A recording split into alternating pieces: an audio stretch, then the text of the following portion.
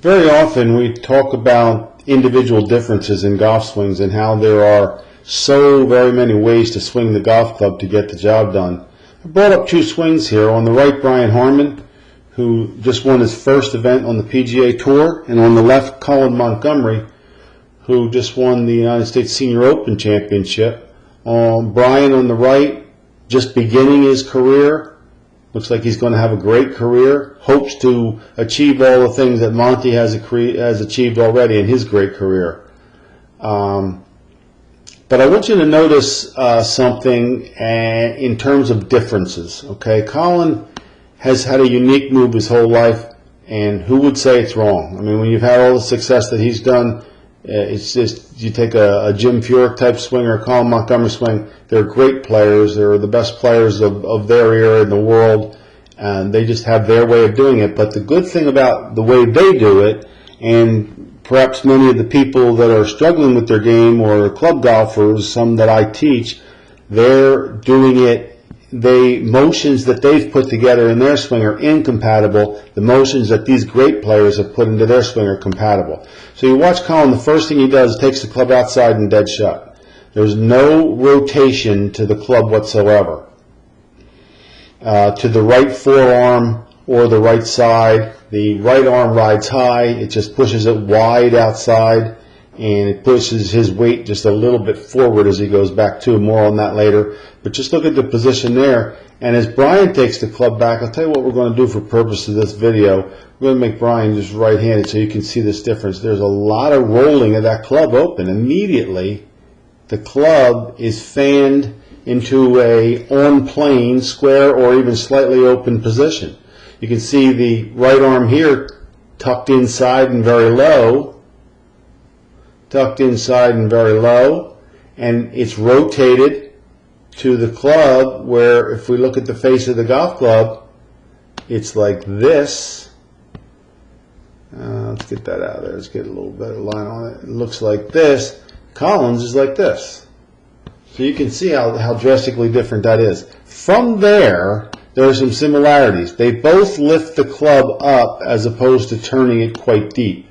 They both have moves that are lifted a little bit to the top. There's not a lot of turn in either swing here. Take an example of someone that would be drastically different, and if we watch the great Spanish player Sergio Garcia here, you'll see what I mean by turning and getting the hands very, very far behind. We don't, the reason that I wanted you to take a look at this is if you see a player at the top who's a world-class player, bring it down to a square position with a good angle of attack where we hit the ball first and the turf right after it. When you see that, you're going to see someone who knows how to adjust to the position that they're in at the top to get the club down. So here's Brian Thupp. Now, here's going to be the difference in what they're doing. As he comes down, look at the difference in the angle of the shaft here, and then as he comes down, he lays the shaft down here. This golf club is laying down much flatter position right through his right forearm. Colin's going to pull the club down here, and you can see how much more vertical it is. It's almost on his left arm, or it's through his right shoulder at this point, not through his right elbow. Because of that, Colin does not have the liberty to use his body in a rotational sense like you're going to see Brian do. Turn, and finish to the on the left side. Monty's move requires more of a sliding motion and a straight through motion with the arms and the golf club to release the hands into that much higher position. So the moral of the story here is, the lesson that we all learn is, he brings the club down quite steeply. The body, upper body stays back, the head backs up, the hips slide so that he can release it.